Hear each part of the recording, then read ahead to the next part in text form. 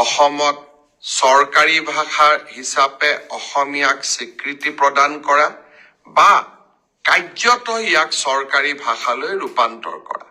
অহা বহাগ বিহুৰ পৰা অসমৰ প্ৰত্যেকখন চৰকাৰী অৰ্ডাৰ বা নটিফিকেশ্যন ইংৰাজীৰ লগতে অসমীয়া ভাষাত প্ৰকাশ পাব। অষ্টমমান শ্ৰেণীলৈ অসম বুৰঞ্জী আমি বাধ্যতামূলকভাৱে পঢ়িম আৰু তাৰ লগে লগে ইংৰাজী মাধ্যমৰ বিদ্যালয়সমূহতো আমি অসমীয়া ছাবজেক্ট বা বিষয় আমি বাধ্যতামূলকভাৱে পঢ়িম। অৱশ্যে বৰাক উপত্যকাত এনে ব্যৱস্থা প্ৰৱৰ্তন কৰা নহয় আৰু বিটিআৰত অসমীয়া বা বড়ো দুইটাৰ এটা ভাষাৰ ওপৰতে আমি জ্ঞান লাভ কৰিলেই হ'ব। ঠিক তেনেকে কাৰ্বি আলং আৰু উত্তৰ কাছাৰ জিলাতো আমি কোনো ধৰণৰ বিষয় বাধ্যতামূলক কৰিব বিচৰা নাই। আৰু ইয়াৰ সমান্তৰালভাৱে অসমৰ ৰাজহ প্ৰশাসনক শক্তিশালী কৰিবৰ বাবে কৃষিৰ যিটো খণ্ড তাক চিনাক্ত কৰা, কৃষি খণ্ডত উদ্যোগ যাতে স্থাপিত নহয় তাৰ ব্যৱস্থা কৰা, নিৰ্বাচিত ৰেভিনিউ চাৰ্কুলত অকল থলুৱা আৰু খিলঞ্জীয়া মানুহে মাটি কিনা বেচাৰ অধিকাৰ লাভ কৰাকে ধৰি অসমৰ জাতীয় জীৱনৰ সংৰক্ষণৰ বাবে আমি বহুতো ব্যৱস্থা হাতত ল'ব বিচাৰিছো।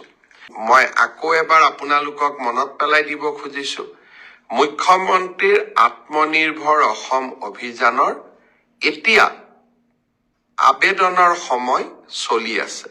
অহা 28 ফেব্ৰুৱাৰীত এই আবেদনৰ সময় শেষ হ'ব। আজিৰ মুহূৰ্তলৈকে 50,000 যুৱকে ৰেজিষ্ট্ৰেশ্যনৰ পিছত আবেদন কৰিছে। মই ভাবো যিসকলে এতিয়াও ৰেজিষ্ট্ৰেশ্যন কৰি আবেদন কৰা নাই তেখেতসকলেও যাতে আবেদনৰ প্ৰক্ৰিয়া সম্পূৰ্ণ কৰি লয়, তাৰ বাবে মই যুৱক সমাজক আকৌ এবাৰ আহ্বান জনাম। বহুতৰ মনত প্ৰশ্ন, এডিআৰিৰ ৰিজাল্ট কেতিয়া দিব? মই আপোনালোকক প্ৰতিশ্ৰুতি দিয়া অনুসৰি একেবাৰে মাৰ্চ মাহৰ 7 তাৰিখৰ আগতেই আমি এডিআৰিৰ ৰিজাল্ট দিম।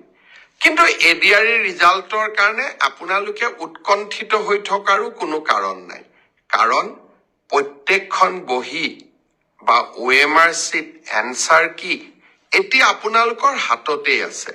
গতিকে সেৱাই ৰিজাল্ট দিয়ক বা নিদিয়ক, আপোনালোকে নিজেই নিজৰ ফলাফলৰ আকলন এটা কৰিয়েই ল'ব পাৰে। এডিআৰিৰ ৰিজাল্টৰ পিছত লাহেকৈ মাৰ্চ মাহৰ ভিতৰতে আৰু পাৰিলে আৰু আগতে অসম পুলিচৰ পৰীক্ষা আৰু আমাৰ শিক্ষক নিযুক্তিৰ যিটো প্ৰক্ৰিয়া আমি আৰম্ভ কৰিছিলো তাকো আমি আগুৱাই লৈ যাবলৈ চেষ্টা কৰিম।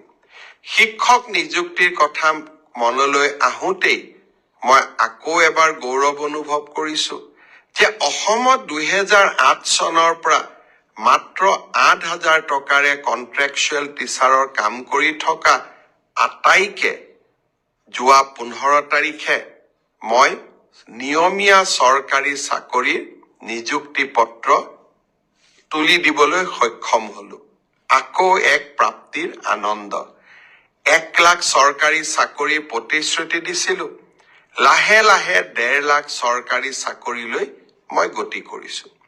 এডভান্টেজ অসম পাৰ হৈ যাওক, কোন পৰীক্ষাৰ কোনদিনাখন ৰিজাল্ট দিব মই ডেট আৰু সময় দুইটাই আপোনালোকক জনাম। এইকেইটা দিন এডভান্টেজ অসমক লৈ ব্যস্ত থাকিম আৰু অসমত উদ্যোগীকৰণৰ নতুন বাতাবৰণ এটা নিৰ্মাণ কৰিবলৈ চেষ্টা কৰিম। বিশেষকৈ এডিআৰিৰ ৰিজাল্ট কোন তাৰিখে দিব, অসম পুলিচৰ ৰিজাল্ট কোন তাৰিখে দিব, প্ৰাদেশিকৰণৰ কাম কোন তাৰিখে আৰম্ভ হ'ব, এই গোটেইবোৰ ৰিজাল্ট, এই গোটেইবোৰ খবৰ, গোটেইবোৰ প্ৰশ্নৰ উত্তৰ এডভান্টেজ অসমৰ পিছত দিম। কাৰণ এডভান্টেজ অসম আৰু এই বছৰৰ বিত্তমন্ত্ৰী অজন্তা নেওগ ডাঙৰীয়ানীয়ে যি বাজেট আগবঢ়াব তাৰ বহু প্ৰশ্নৰ উত্তৰ আমি বাজেট আৰু মোৰ পৰৱৰ্তী ব্ৰডকাষ্টৰ জৰিয়তে আপোনালোকে লাভ কৰিব পাৰিব। কোনোবাই মোক কৈ আছে যে বিহালীৰ আই মাতৃসকলক আপুনি কৈ আহিছিল আপোনাৰ জন্মদিনৰ দিনা 10,000 টকা মহিলাসকলৰ বাবে প্ৰদান কৰিব। আই মাতৃসকল, মোৰ আচল জন্মদিন 1 ফেব্ৰুৱাৰী, কিন্তু চৰকাৰী কাগজত লিখা জন্মদিন 1 এপ্ৰিল।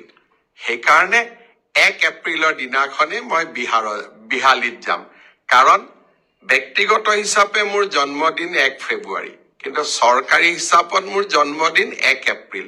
আৰু সেইকাৰণে মুখ্যমন্ত্ৰী হিচাপে মোৰ অফিচিয়েল জন্মদিন 1 এপ্ৰিল, আৰু সিদিনাখনে মই বিহালীৰ আই মাতৃ সকললৈকে মেট মৰা উপহাৰ লৈ বিহালীত উপস্থিত হ'ম। তেতিয়ালৈকে বহুত বহুত ধন্যবাদ।